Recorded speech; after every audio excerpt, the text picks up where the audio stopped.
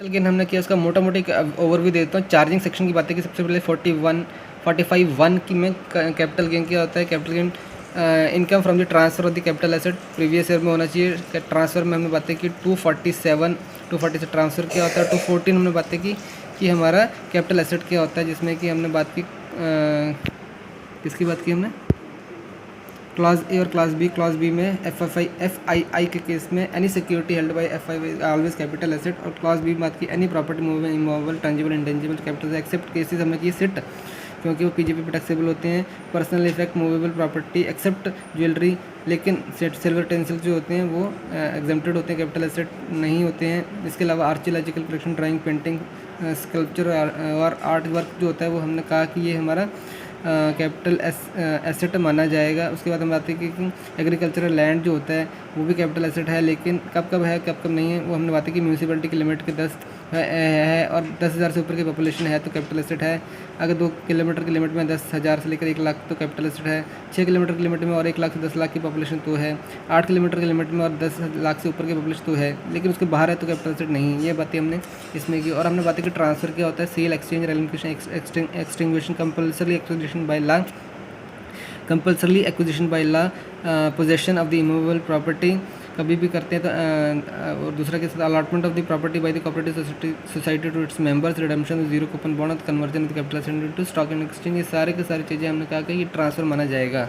और हमने ये भी कहा था कि कैपिटल उसी साल टैक्सेबल हो जाएगा जिस साल की ट्रांसफ़र हो जाए, पैसा अगले साल ही मिले, लेकिन इसमें एक्सेप्शन भी की थी। और कहाँ से कैपिटल गेन कहाँ से कहाँ तक है, 45 से लेकर 55A तक है।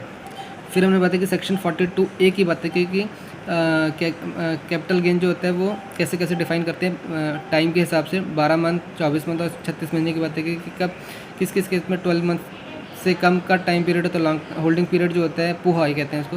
अगर पोहा जो है 12 महीने से कम है किस केस में तो वो शॉर्ट टर्म कैपिटल गेन होगा। 20 फॉर लैंड एंड बिल्डिंग और अनलिस्टेड शेयर्स की बात की कि जब इन केसेस में 12 मंथ का होल्डिंग पीरियड होना चाहिए और बाकी सभी केस में 36 मंथ का होल्डिंग पीरियड होना चाहिए। साथ में अनलिस्टेड डिबेंचर और बॉन्ड के केस में भी 36 मंथ का होल्डिंग पीरियड की बात की हमने। अनलिस्टेड शेयर के केस में 24 महीने की बात की, ठीक है। इसके अलावा लिस्टेड की बात में तो 24 महीने की बात की। और साथ में units of UTI, units of equity under mutual fund और जीरो कूपन बॉन्ड के केस में 12 महीने की बातें की हमने, ठीक है। ये हमने सेक्शन 42A में बातें की। उसके बाद सेक्शन 48 में किया कि how to calculate the capital gain, जो कि हमने निकाला कि sale price minus COA minus COI minus EOT की बातें की। और कोआ कोई की जगह आई को कोई होती है in case of long term capital gain. इसके बाद हमने बातें की सेक्शन 55 में हमने बातें की कि कैलकुलेट कैसे करते हैं कोआ और कोई को। कोआ जो सेक्शन 55 पार्ट ए में करेंगे, कोई 55 पार्ट बी में करेंगे। 55 पार्ट ए में हमने कोआ निकालने के लिए हमने 3 बातें की कि इंटेंजिबल एसेट केस में कैसे निकालेंगे, इंटेंजिबल एसेट में गुडविल, ट्रेडमार्क, राइट और शेयर एंड सिक्योरिटी केस में कैसे, अदर केसेस में अदर कैपिटल एसेट के केस में कोआ कैसे निकालेंगे। और सेक्शन 55 पार्ट बी में हमने किया कि कोई कैसे निकालते हैं। इंटेंजिबल एसेट पे हमने बात किया कि अगर खुद खरीदा तो परचेज प्राइस, नहीं तो नील होता है। अगर खुद जनरेट किया तो नील होता है। शेयर एंड सिक्योरिटी में बातें की ओरिजिनल शेयर होता है तो परचेज प्राइस ही कोआ होता है। और अगर राइट शेयर है खुद खरीदते हैं तो वही जो एक्चुअल परचेज प्राइस जो मार्केट से लेस होता है वही आपका कोआ बन जाता है। लेकिन अगर रिनाउंस करता है, आगे भेज देता है तो शेयर होल्डर के हाथ में नील हो जाता है, क्योंकि आपने नहीं खरीदा। लेकिन अगर किसी और ने जो खरीदा होता है उसके केस में क्या होता है, शेयर होल्डर को कुछ पैसे देता है वो प्लस जो कंपनी को पैसे देता है वो दोनों मिलकर कोआ बन जाता है। लेकिन और जो ये पैसे इसको देता है वो इनकम फ्रॉम अदर सोर्सेज में टैक्सेबल होती है इस शेयर होल्डर के लिए। बोनस शेयर के बाद में हमने बात की कि जो बोनस शेयर होते हैं वो उसके केस में कोआ नील होता है। बोनस शेयर के बाद केस में कोआ नील होता है, हमने बातें कर ली। एनी अदर केस में हमने बातें की एनी अदर केस है एक्सेप्ट लैंड एंड बिल्डिंग, तो कोआ जो होता है higher of actual purchase price या तो fair market value as on 1/4/2001 में जो हायर होगी वो बातें की हमने। और लैंड एंड बिल्डिंग के केस में हमने बातें की तो एक स्टैम्प ड्यूटी वाली उसमें घुसीट रखी है अलग से, एक्चुअल परचेज प्राइस को अलग रख लेते हैं। और फेयर मार्केट वैल्यू SDV 1/4/2001 को देख लेते हैं, जो भी लोअर वैल्यू उसको देख लेते हैं और एक्चुअल परचेज प्राइस देख लेते हैं। दोनों में जो हायर होता है उसको हम कोआ मान लेते हैं, ठीक है। जो भी हायर होता है एक्चुअल परचेज प्राइस और ये जो इन दोनों में से जो लोअर होता है उसको हम जो हायर वैल्यू उसको कोआ मान लेते हैं। हमने बातें की सेक्शन किसमें बात की हमने सेक्शन 55 में बातें की हमने सी वाले पार्ट में। सेक्शन 55 पार्ट बी में कोई की बातें होती हैं, कोई कैसे कैलकुलेट, इंटेंजिबल एसेट होता है नीली होता है कोई हमेशा ही। और एनी अदर तो एक्चुअल एक्सपेंडिचर होता है उसको कोई मानते हैं। अगर इंप्रूवमेंट 1/4/2001 के पहले की होती है तो इग्नोर दैट कॉस्ट COI, ठीक है। COI के केस में इग्नोर कर देते हैं उस चीज़ को। फिर हमने प्रोविजर्स की सेक्शन 48 की प्रोविजर्स की कि एनआरए जो है इंडियन कंपनी के शेयर डिवेंचर फॉरेन में बेचता है तो कैसे कैलकुलेट करना है, ठीक है। इंडेक्सेशन बेनिफिट नहीं मिलता है, 115A में आता है। सेकंड प्रोविजर की कि इंडेक्सेशन का बेनिफिट मिलेगा कोआ इक्वल टू CII जब ट्रांसफ़र करते हैं और डिवाइडेड बाई CII जब एक्वायर करते हैं या फिर इंप्रूवमेंट करते हैं, ठीक है। और थर्ड प्रोविजर की हमने क्या कि हमने 112A वाले केस में जो लॉन्ग टर्म कैपिटल ए निकालते वक्त लॉन्ग टर्म कैपिटल गेन निकालते वक्त फर्स्ट और सेकंड प्रोविजर एप्लीकेबल नहीं हुई। फर्स्ट प्रोविजर सेकंड प्रोविजर हमने देख लिया अभी भी। और 112A वाला केस क्या था हमारा, एक बार ये भी देख लेते हैं फटाफट। हमने बातें की 112A वाला हमने केस क्या पढ़ा कि equity share units of equity oriented mutual fund units of business trust, इस वाले केस में अगर सेल कर रहे हैं 1/4/18 के बाद में और एसटीटी पे किया है, ईएस के केस में तो बाइंग और सेलिंग दोनों पर एसटीटी पे किया हो, और यूईओएमएफ और यूबीटी के केस में अगर सिर्फ सेल पर अगर आपने एसटीटी पे किया हो, तो अगर ऐसी बातें होती हैं तो लॉन्ग टर्म कैपिटल गेन जो होता है 1 लाख तक एग्जम्प्ट होता है और उसके बाद टैक्सेबल होता है @10% अंडर सेक्शन 112 और इंडेक्सेशन बेनिफिट नहीं मिलता है। लेकिन अगर ये बातें नहीं हो रही हैं तो पूरा अमाउंट टैक्सेबल हो जाता है अंडर सेक्शन 112 नॉर्मल तरीके से। जो नॉर्मल कैपिटल गेन का फार्मूला टैक्सेबल होता है @20% और इंडेक्सेशन बेनिफिट मिलता है लॉन्ग टर्म कैपिटल गेन में हमेशा। और लॉन्ग टर्म कैपिटल गेन में और बातें की हमने कि 1 लाख तक एग्जम्प्ट होता है, डिडक्शन अंडर सेक्शन 6 से अलाउड नहीं होती और रिबेट नहीं मिलता है फिर 87A के अंदर। तो थर्ड प्रोविजन सिंपल कह दिया कि 112A वाले केस में इंडेक्सेशन नहीं मिलती और फर्स्ट प्रोविजन एप्लीकेबल, फर्स्ट और सेकंड प्रोविजन एप्लीकेबल नहीं है। फोर्थ प्रोविजन हमने क्या पढ़ा कि इंडेक्सेशन अलाउड नहीं है बॉन्ड और डिबेंचर वाले केस में, लेकिन 2 केस में है, किसमें आरबीआई के सोवरेन गोल्ड बॉन्ड और कैपिटल इंडेक्सेशन बॉन्ड दोनों में इंडेक्सेशन मिल जाता है, बाकी बॉन्ड और डिबेंचर पे नहीं मिलता है। फिफ्थ प्रोविजन हमने क्या कि एनआरआई इंडियन कंपनी, और यहाँ पर पहले वाले प्रोविजन ये है बॉन्ड आ जाता है रुपये denominated bond instead of share, उसकी सेल कर रहे हैं तो कैसे एक्सचेंज रेट जो लेना है बाइंग सेलिंग का बॉन्ड फॉरेन करेंसी में निकाल के फिर हमने कैलकुलेट करते हैं लॉन्ग टर्म कैपिटल गेन। उसके बाद हमने बात की सेवन्थ प्रोविजन से को छोड़ दिया हमने। सेवन्थ प्रोविजन की बात की कि एसटीटी वाले केस एसटीटी अलाउड नहीं होता कभी भी, EOT as a EOT allowed नहीं करते हैं। और एसटीटी कहाँ पर होते हैं 111 और 112 वाले केस में होते हैं। 112 और 111A वाले केस, ये वाले छोड़ दिया हमने, 1 सेकंड उसको भी देख लेते हैं। ये देख लो फटाफट देख लो 112 111 ये क्या कहते हैं कि लॉन्ग टर्म कैपिटल गेन जो भी तो 2 तरह के ही होते हैं, शॉर्ट टर्म या फिर लॉन्ग टर्म। लॉन्ग टर्म वाले जो होते हैं 112 में आएंगे तो 112A में आते हैं। 112 वाले जनरल केस 112 ही हैं, 12 से ऊपर जब भी जाएंगे 24 से ऊपर जाए 36 से ऊपर जाएंगे तो 112 वाली कैटेगरी में आ जाएंगे। वो टैक्सेबल होता है 20% विद इंडेक्सेशन होता है। ऑप्शन होता है लेकिन लिस्टेड सिक्योरिटी 0 कूपन बॉन्ड वालों के लिए ऑप्शन होता है कि या तो वो 10% ऑफ विदाउट इंडेक्सेशन चेक कर लें या फिर 20% आफ्टर इंडेक्सेशन चेक कर ले, जो भी लेसर होगा वो चूज़ करने की ऑप्शन होती है। लेकिन 112A वाला जो केस होता है या फिर 111A वाला केस ये actually short term capital gain के लिए और एक लॉन्ग टर्म कैपिटल गेन के लिए। किस केस में है, जब ईएस वाला केस होता है और एसटीटी होता है @बाइंग एंड सेलिंग, और यूईओएमएफ और यूनिट्स ऑफ बिजनेस ट्रस्ट में एसटीटी किया @सेल ओनली पर, उस केस में 1 लाख तक 112 लॉन्ग टर्म कैपिटल गेन की बात हो रही है। 1 साल से ऊपर 12 महीने से ऊपर अगर हो तो 1 लाख तक का कैपिटल गेन आ रहा है तो एग्जाम्प्ट हो जाता है। 1 लाख से ऊपर का होता है टैक्सेबल @10% हो जाता है। अगर शॉर्ट टर्म कैपिटल गेन है 111A वाला है यानी ईएस है और एसटीटी की @बाइंग एंड सेलिंग, और यूईओएमएफ या फिर यूबीटी एसटीटी की @सेल पर, तो उस केस में टैक्सेबल होता है @15%, ठीक है। अदरवाइज क्या होता है taxable slab rate given in the finance act होता है in case of short term capital gain. तो 7th प्रोविजन कहती है एसटीटी वाले जो केस होते हैं ऐसे उसमें उसको ईओटी की तरह उसको not consider as a EOT मानते नहीं है उसको, यानी बाइंग के टाइम पर परचेज प्राइस में ऐड नहीं करते हैं और सेल के टाइम पर सेल प्राइस में से माइनस नहीं करना है इसको, ठीक है। उसको एक्सपेंडिचर मानते नहीं हम। उसके बाद हमने बातें की एग्जाम्पशन सेक्शन 45(1) का। 45 चार्जिंग सेक्शन क्या कहता है कि जिस साल ट्रांसफ़र होती है उसी साल वो टैक्सेबल हो जाएगा, लेकिन इसकी एक्सेप्शंस हैं कि जिस साल ट्रांसफ़र उस साल में टैक्सेबल नहीं होगा।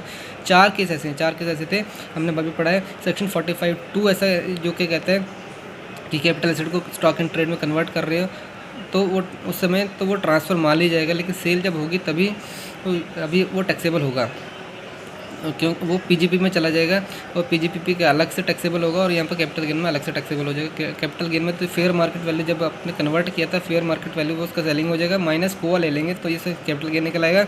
और पीजीपी के लिए टैक्सेबल कैसे होगा, जो एक्चुअल सेल प्राइस होगा उस टाइम पर माइनस जो फेयर मार्केट वैल्यू उसका कॉस्ट प्राइस हो जाएगा, तो सेल पेमेंट ऐसे पीजीपी में निकल आएगा। दूसरा हमने पढ़ा एक्सेप्शन 45(1)A पढ़ा जब भी इंश्योरेंस मिलती है किसी डैमेज या डिस्ट्रक्टिव कैपिटल एसेट के लिए, तो जब इंश्योरेंस मिलती है उस टाइम पर वो टैक्सेबल बनाना, पहले मत बना देना, ठीक है। और अगर इंश्योरेंस नहीं मिल रही तो वो डेड लॉस हो जाएगा, कहीं पर ट्रीटमेंट नहीं होगी उसकी। ये हमने 45(1)(a) में पढ़ लिया।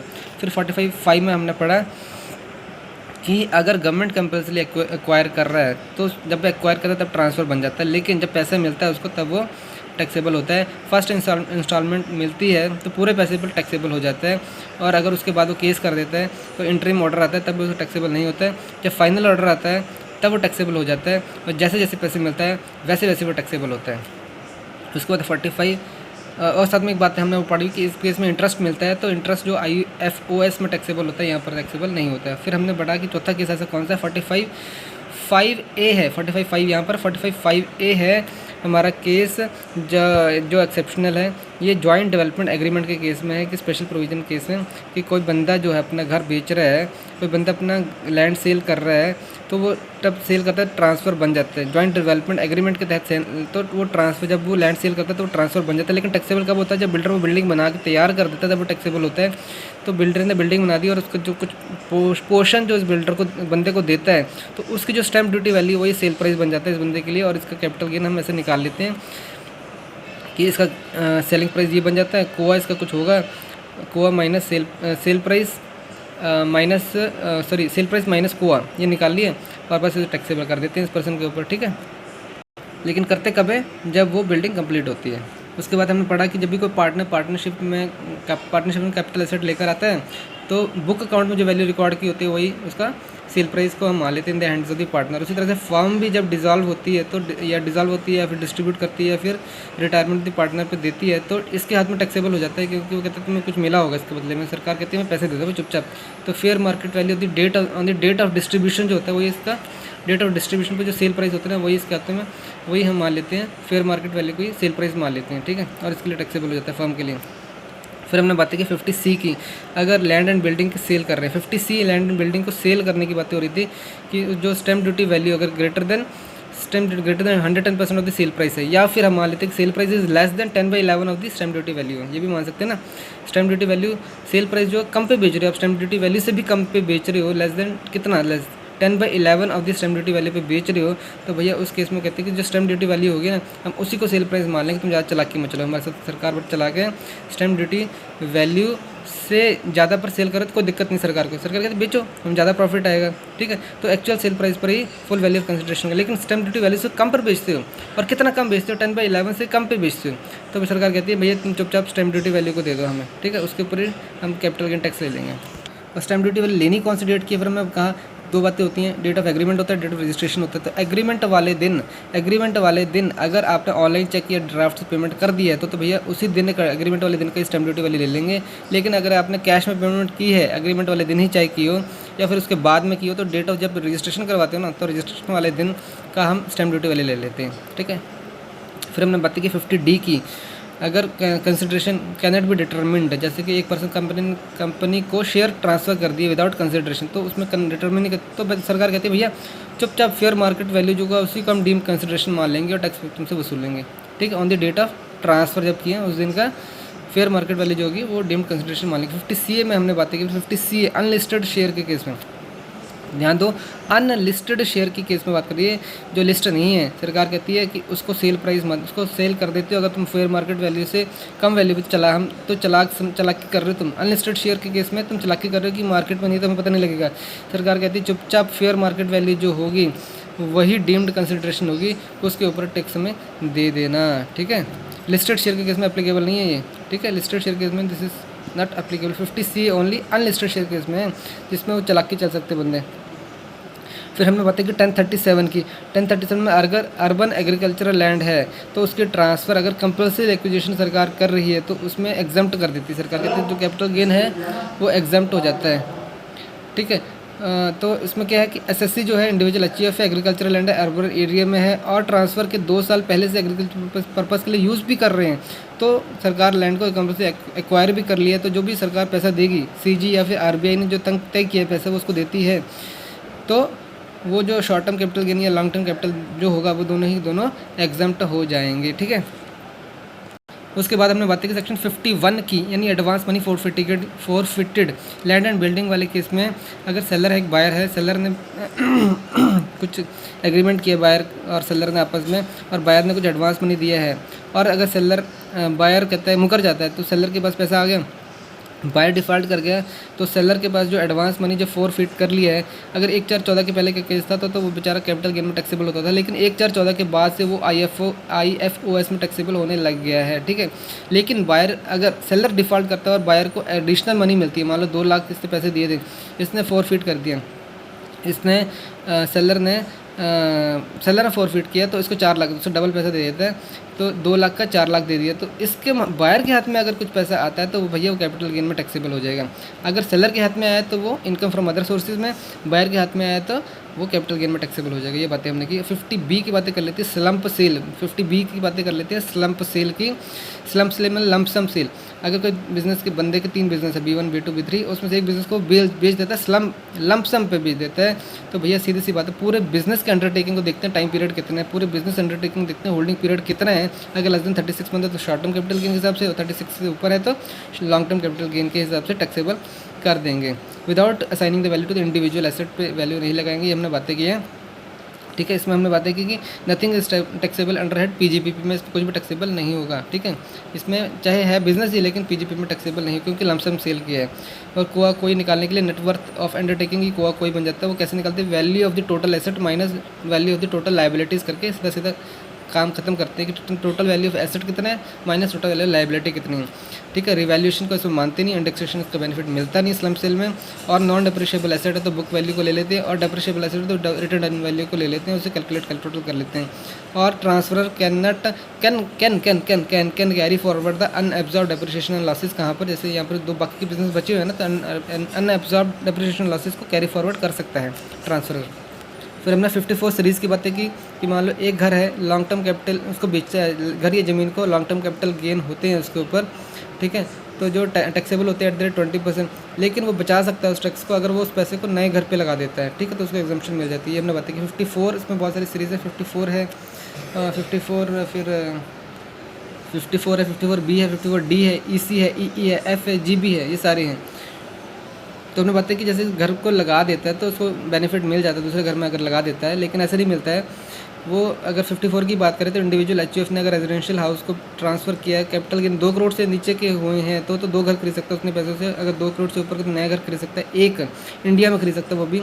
तो कैपिटल गेन या जो इन्वेस्ट किया है उसमें से जो लोअर अमाउंट है ना उसका एग्जम्पशन उसको मिल जाता है। लेकिन कंडीशन होती है कि अपने घर को ट्रांसफ़र 1 साल पहले उसने घर खरीदा हो, या 2 साल के बाद में खरीद ले, या 3 साल के बाद तक कंस्ट्रक्ट कर ले, और साथ ही साथ में एक्वायर करने के 3 साल तक बाद तक उसको बेच नहीं सकता है, अदरवाइज टैक्सेबल हो जाता है। और साथ ही साथ अगर वो मान लो उसने वैसे घर बेच दिया है तो साथ में स्कीम ले सकता है कि मुझे घर बनाने के लिए टाइम चाहिए, तो CGDS स्कीम में लगा सकता है घर बेचने, या पैसा बैंक में रखेगा तो 3 साल तक वो टैक्सेबल नहीं होगा, ठीक है। और इसमें हमने बातें की कि ये जो हमारा 54, 54B, 54D, EC और EE वाले केस में तो कैपिटल गेन जो इन्वेस्ट करता है उसके ऊपर एग्जम्पशन मिलती है। लेकिन 54F और GB ऐसे केस है, F और GB ऐसे केस है जिसमें कि नेट सेल कंसिडरेशन इन्वेस्ट करता है, तब आपको कैपिटल गेन पे एग्जम्पशन मिलती है। मान लो यहाँ पर 2 करोड़ का उसने सेल किया है और उसका कैपिटल गेन हुआ 50 लाख का ही, तो एग्जम्पशन जो है नेट सेल कंसिडरेशन को अगर इन्वेस्ट करता है ना, 2 करोड़ का इन्वेस्ट करता है तो 50 लाख की मिलेगी। अगर 1 करोड़ को ही करता है तो प्रोपोर्शनलिटली, क्योंकि आधा किया है तो आधे कैपिटल गेन जो होगा वो एग्जम्प्ट होगा। यानी 50 लाख अगर कैपिटल गेन आए थे तो 25 लाख ही एग्जम्प्ट हो जाएंगे फिर उसके, समझ गए। इस केस में तो कैपिटल जितना इन्वेस्ट किया जितना कैपिटल गेन आया उतने इन्वेस्ट करते तो पूरा ही एग्जम्प्ट हो जाता है यहाँ पर, ठीक है। ये किस में 54F और GB में नेट सेल कंसिडरेशन के ऊपर होता है। और इसने बातें की कि इस केस में एक EC वाला केस हमने पढ़ा कि जितना भी लैंड एंड बिल्डिंग आपको बेचते हो उसके बदले में बाय करते हो नहाई, NHAI रेलवे, या फिर क्या लिखा है ये देखो ज़रा, PFCL, इसके बॉन्ड खरीदते हो। अगर आप इसके बॉन्ड खरीदते हो तो आपको भैया खरीद सकते हो, लेकिन 6 महीने के अंदर अंदर, ट्रांसफ़र के महीने के अंदर अंदर आपको खरीदने पड़ेंगे, 6 महीने के अंदर अंदर खरीदने पड़ेंगे। और 50 लाख मैक्सिमम एग्जम्पशन होती है। कितनी होती है? 50 लाख मैक्सिमम एग्जम्पशन होती है। और कितना अमाउंट इन्वेस्ट करना है आपको, या तो कैपिटल जितना कैपिटल गेन हुआ उतना इन्वेस्ट कर दो, या तो एक्चुअल जितना आपने इन्वेस्ट किया है उतना, उसमें से जो लोअर होगा ना उतना ही एग्जम्पशन होगी, या तो 50 लाख मैक्सिमम 50 लाख। समझ गए मेरी बात। आपने लैंड बिल्डिंग बेचा, कुछ पैसा आपको इनकम आया, कैपिटल गेन आया, ये तो कैपिटल गेन पूरा लगा दो उसको खरीदने के लिए, या तो फिर इन्वेस्ट कर रहे हैं कुछ उसमें से कम इन्वेस्ट कर दिए तो ज़्यादा कर दिए, जितना भी कैपिटल गेन है 1 लाख का 1 लाख है मान लो कैपिटल गेन, आपने 1 लाख पूरा का पूरा इसको खरीदने के लिए लगा दिया तो ठीक है ओके। लेकिन आपने 2 लाख लगा दिया तो भैया 1 लाख तक की आपको एग्जाम्पशन मिलेगी, लोअर 1 लाख ही है ना। और मान लो आपने 50,000 ही लगाया, 1 लाख कैपिटल गेन है, 50,000 ही आपने इन्वेस्ट किया तो 50,000 ही मिलेगी, ठीक है। तो ये बातें यहाँ पर है। और मैक्सिमम कितना मिलेगा, 50 लाख तक ही आपको एग्जाम्पशन मिलेगी, 50 लाख मैक्सिमम है ये वाले केस में। यानी ये किस केस में 54 EC वाला केस और EE वाला केस, इसमें ध्यान रखना। ई वाला केस जो है EC और EE वाले केस में ये 50 लाख और 6 महीने वाला, 6 महीने के अंदर लेना है और 50 लाख मैक्सिमम एग्जाम्पशन है, ये ध्यान रख लेना, ठीक है। और एक और बात है यहाँ पर नो है क्या, CGDS में नहीं है, इसमें ये नहीं लगा सकता है CGDS में, इस बॉन्ड वाले केस में। फिर हमने बातें कर ली सेक्शन 47 की। 47 में क्या बातें की हमने कि कब ट्रांजैक्शन को ट्रांसफ़र नहीं माना जाएगा। 5 केस ऑप्शन पड़े कि जब ट्रांसफ़र का टैक्सेशन, जब HUF का पार्टीशन होता है तो ट्रांसफ़र नहीं मानते, कैपिटल गेन टैक्स भी नहीं लगता। गिफ्ट विल दिया किसी को तो ट्रांसफ़र नहीं मानता, देने वाले को कुछ भी बेनिफिट नहीं हो रहा है तो क्यों टैक्स लगेगा उसके ऊपर। अमेलगमेशन हुआ इंडियन कंपनी का तो भी नहीं ट्रांसफर। होल्डिंग कंपनी 100% होल्डिंग से सब्सिडरी कंपनी में ट्रांसफर तब भी नहीं। सब्सिडरी कंट्री से होल्डिंग कंपनी में इंडियन कंपनी है तो भी ट्रांसफर नहीं मानते। लेकिन इसमें एक बात यहाँ हमने बात पढ़ी थी कि कैपिटल, मान लो यहाँ पर इस बंदे ने गिफ्ट दिया है दूसरे बंदे को और उसने आगे बेच दिया, चालाकी चल रहा है ना, तो इसका कॉस्ट प्राइस नहीं मानेंगे हम मानेंगे जिसने बंदे ने गिफ्ट दिया ना उस टाइम पे जो कॉस्ट प्राइस था इसको हम कॉस्ट ऑफ एक्विजिशन मानेंगे, इसको सेल प्राइस मानेंगे। इनका डिफरेंस के हिसाब से सरकार कहती है कि हम टैक्स ले लेंगे भैया, ठीक है। कॉस्ट ऑफ एक्विजिशन यानी CP1 मानेंगे हम, यहाँ कॉस्ट ऑफ एक्विजिशन CP1 मानेंगे, सेल प्राइस इसको मान लेंगे, फिर हम टैक्स लगा देंगे कैपिटल गेन टैक्स। फिर हमने पढ़ा 55(2)A की बातें की कि 55(2)A में क्या कहते हैं, transfer of security bye depositories, तो उसमें FIFO मेथड लगेगा, FIFO मेथड। फिर 45(2)A में FIFO मेथड लगेगा। फिर हमने बातें की 54 की बैंक, इसमें बाई बैक की बात है कि कंपनी अपने शेयर को बाई बैक भी कर लेता है। लिस्टेड सिक्योरिटी के केस में पहले क्या होता था, कंपनी को टैक्स नहीं लगता था, शेयर होल्डर को लगता था, लेकिन अब अमेंडमेंट आ गई है, अब कंपनी टैक्स काट के ही शेयर होल्डर को देगी, शेयर होल्डर को टैक्स नहीं लगेगा। और अनलिस्टेड लिस्टेड सिक्योरिटी के केस में तो कंपनी टैक्स पे कर पहले ही काट लेगी at the rate 23.298% effective rate है, शेयर होल्डर को टैक्सेबल नहीं है। तो दोनों केसेस में अब एक जैसी रूल हो गया कि कंपनी टैक्स काट लेगी पहले ही at the rate 23.298% और शेयर होल्डर को हाथों में टैक्सेबल नहीं होगा। ये टैक्स किस पर लगेगा, ऑफ प्रॉफिट लगेगा, 23.298% of the profit. Capital gain is over.